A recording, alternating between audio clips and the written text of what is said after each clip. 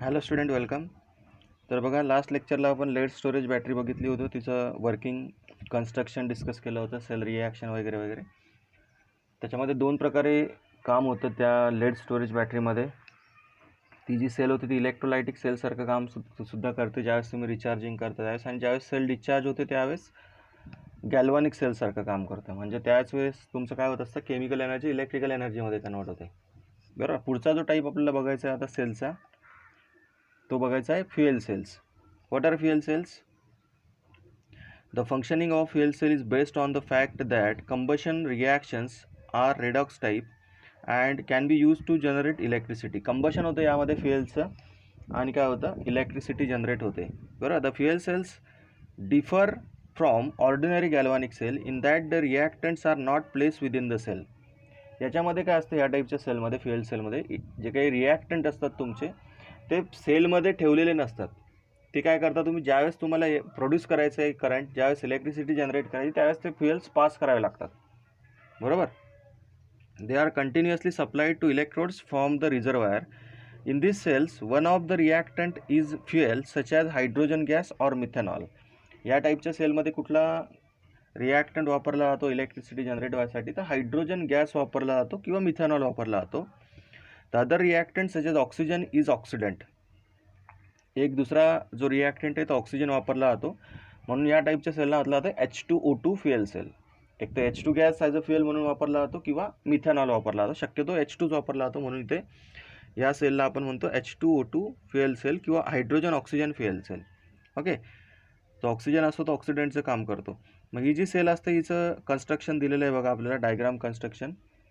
In H2O2 fuel cell the fuel is hydrogen gas. Oxygen gas is an oxidizing agent.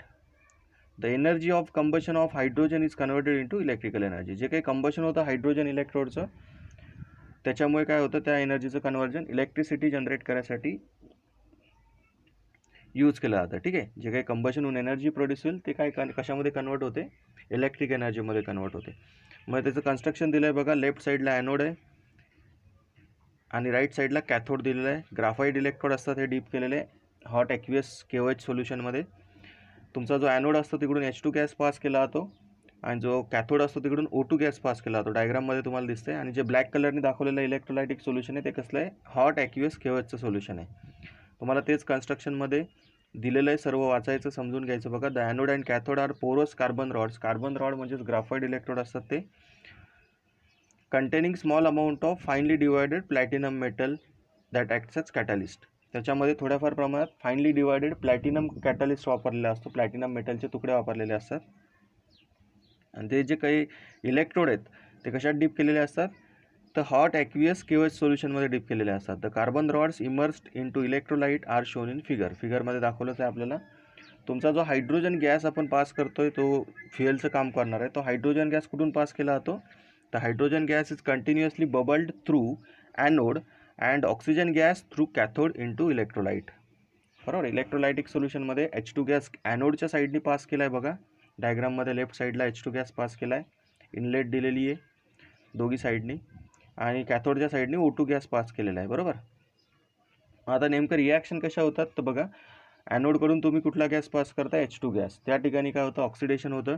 जो काही H2 gas आहे तो ज्या aqueous KOH सोल्युशनमधल्या OH minus आयनसोबत काय होतं, ऑक्सिडाईज होतो आणि H2O साईड प्रोडक्ट तयार करतो आणि 4 इलेक्ट्रॉन रिलीज करतात. ते जे काही 4 हायड्रोजन ॲटम आहेत, 2H2 मॉलिक्यूल म्हणजे 4 हायड्रोजन ना, ते एक एक इलेक्ट्रॉन काय करतात, रिलीज करतात. असे टोटल 4 इलेक्ट्रॉन बाहेर निघतात. ऑक्सिडेशन होतं आहे त्या ठिकाणी. बरोबर. आणि H2O तयार होतो साईड प्रोडक्ट. कॅथोडवरती रिडक्शन होतं. मग ते जे काही इलेक्ट्रॉन रिलीज झाले ॲनोडकडून ते इलेक्ट्रॉन रिडक्शनसाठी वापरले जातात कॅथोडकडे. जो काही तुम्ही O2 गॅस पास करताय तो काय करतो, रिड्यूस होतो. O2 × 2H2O plus 4 electron, 4 OH minus ion generate होतात, जे KOHचं कॉन्सन्ट्रेशन मेंटेन ठेवतात. बरं. Net cell reaction, left right साईडचे सारख्या टर्म कॅन्सल केल्या तर आपल्याला नेट सेल रिॲक्शन भेटते. या ठिकाणी बघा, इकडे ऑक्सिडेशन हाफमधला H2 शिल्लक राहतो, रिडक्शनमधला O2 शिल्लक राहतो आणि टॉईस H2 मॉलिक्युल शिल्लक राहतात. 4H2 आणि इथे 2H2 आहे राईट साईड, लेफ्ट साईडला, ते कॅन्सल होतील एकमेकांसोबत 2H2 मॉलिक्युल आणि 2 H2 तुमचे शिल्लक राहतील. बरोबर. The overall cell reaction is combustion of H2 to form liquid water. Side product water तयार होतो या ठिकाणी, बरोबर. Interestingly the fuel H2 gas and the oxidant O2 do not react directly. हे H2 आणि O2 एकमेकांसोबत डायरेक्टली रिॲक्ट होत नाही आहेत, त्या इलेक्ट्रोडवरती रिॲक्शन होत आहेत आणि फायनल प्रोडक्ट H2 तयार होतो आहे. ही जी काही सेल असते हिचं पोटेन्शियल मेजर करून दाखवलं आहे बघा. कॅथोड म्हणून तुम्ही जो काही वापरलेला आहे, ज्या साईडला तुम्ही ऑक्सिजन पॅस करताय त्याचं पोटेन्शियल जनरेट होतं 0.4 व्होल्ट. आणि हा जो काही ॲनोड असतो, तिकडे ॲनोडकडून तुम्ही H2 गॅस पास करताय, त्याचं पोटेन्शियल 0.83 व्होल्ट घेतलं आहे, -0.83 व्होल्ट. त्याची जर बेरीज केली तर काय भेटतं आपल्याला, टोटल जे काही पोटेन्शियल आहे ह्या टाईपच्या सेलचं ते जनरेट होतं 1.23 व्होल्ट. ॲडव्हान्टेजेस दिलेले ह्या टाईपच्या सेलचे बघा. ही जी सेल असते हिचे advantages: the reacting substances continuously supplied to the electrodes. Unlike conventional galvanic cell, fuel cell do not have discarded on consuming the chemicals.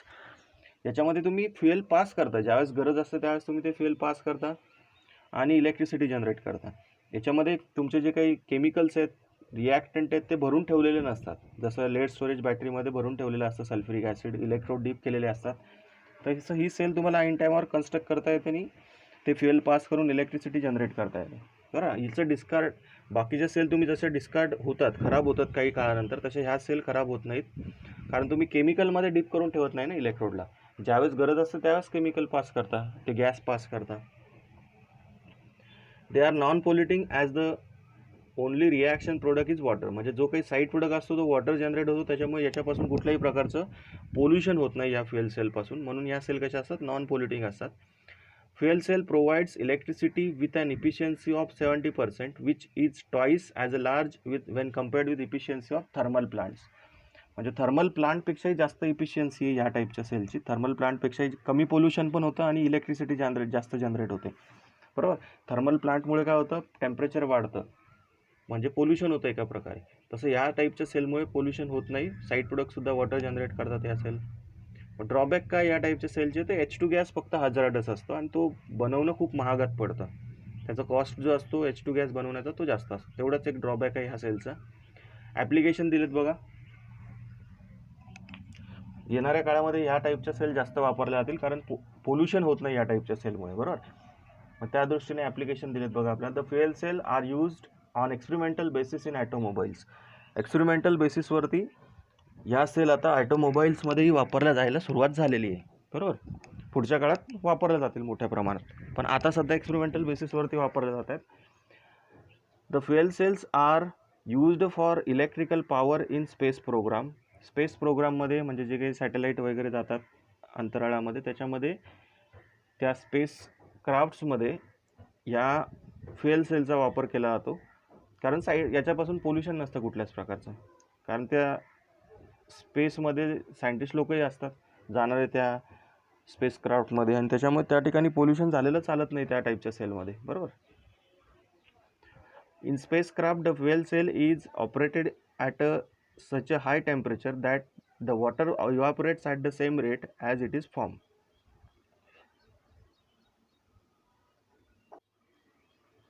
The vapor condense and pure water form is used for drinking by astronauts. म्हणजे जे काही side product तयार होतो त्याचाही वापर कोण करतात, हे ॲस्ट्रोनॉट जे असतात ते त्याचा पिण्यासाठी वापर करू शकतात त्या साईड प्रोडक्ट वॉटरचा. In future fuel cells can be possibly explored as power generators in hospital, hotels and homes. Hospital, hotel आणि होमसाठी भविष्यामध्ये याचा वापर केला जाईल. फ्युएल सेलचा एक्सप्लोअर केल्या जातील त्या सेल, म्हणजे त्यांचा वापर वाढेल, बरोबर. नंतरचा शेवटचा एक टॉपिक आपल्याला बघायचा आहे स्टुडंट आजच्या लेक्चरचा, इलेक्ट्रोकेमिकल सिरीज और इलेक्ट्रोमोटिव्ह सिरीज. थिअरॉटिकल पार्टचा शेवटचा टॉपिक आपला आजचा.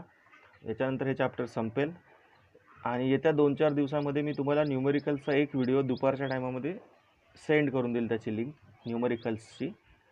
प्रत्येक टाईपचं एक न्यूमेरिकल त्याच्यामध्ये घेतलेलं असेल.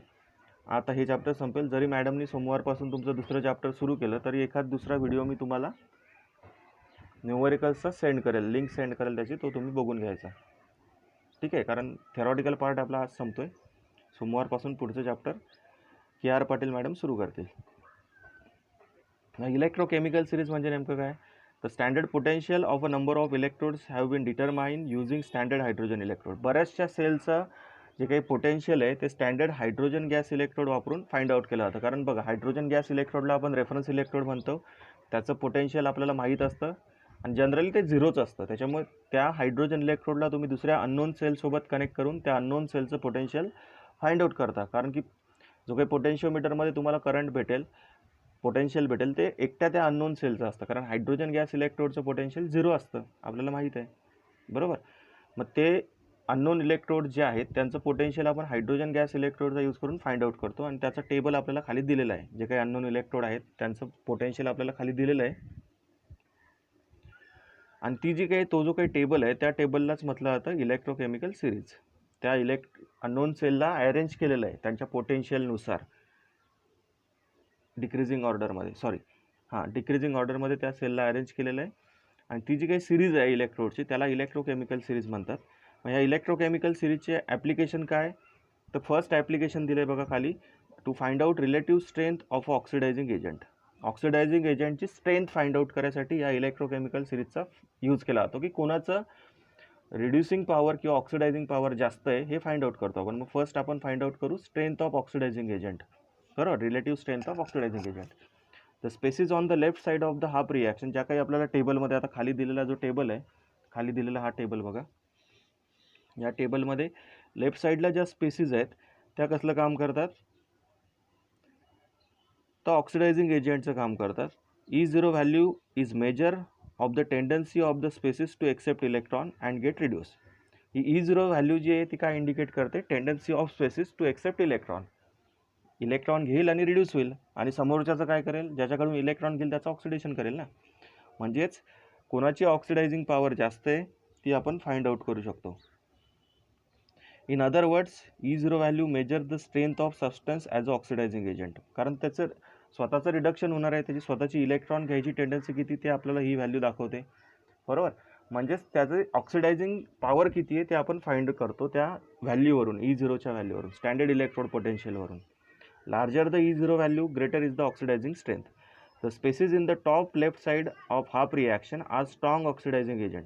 टॉप लेफ्ट साईडला ज्या काही आपल्याला स्पेसिस दिलेल्या आहेत त्या काय असतात? स्ट्रॉंग ऑक्सिडायझिंग एजंट असतात. As we move down the table, E0 value and strength of the oxidizing agent decreases from top to bottom. म्हणजे आपण टॉप टू बॉटम जसं जसं जातो तशी ऑक्सिडायझिंग पॉवर काय होत जाते?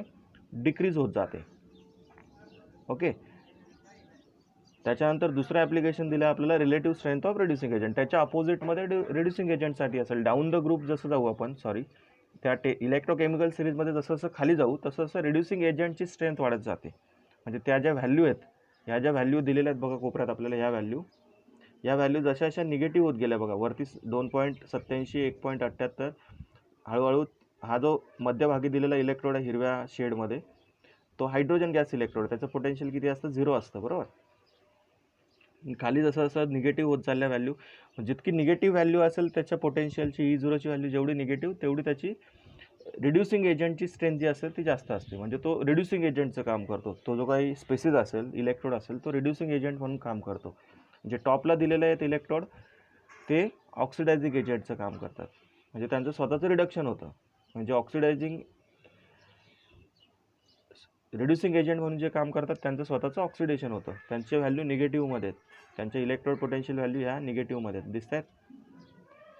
हायड्रोजन गॅस इलेक्ट्रोड ग्रीन शेडमध्ये दिला आहे, त्याचं पोटेन्शियल 0 असतं.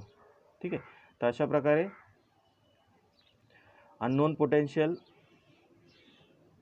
आपण फाइंड करतो हायड्रोजन गॅस इलेक्ट्रोड वापरून आणि त्या सर्व इलेक्ट्रोडला अरेंज करून दिलेलं आहे आपल्याला. जितकी जास्त व्हॅल्यू असेल इलेक्ट्रोड पोटेन्शियलची, स्टँडर्ड इलेक्ट्रोड पोटेन्शियलची, तितकी त्या स्पेसिसची स्वतःचं रिडक्शन करायची टेंडन्सी जास्त असते. म्हणजे तो स्ट्रॉंगर ऑक्सिडायझिंग एजंट असतो. हा ॲरो दिला आहे बघा आपल्याला कोपऱ्यामध्ये.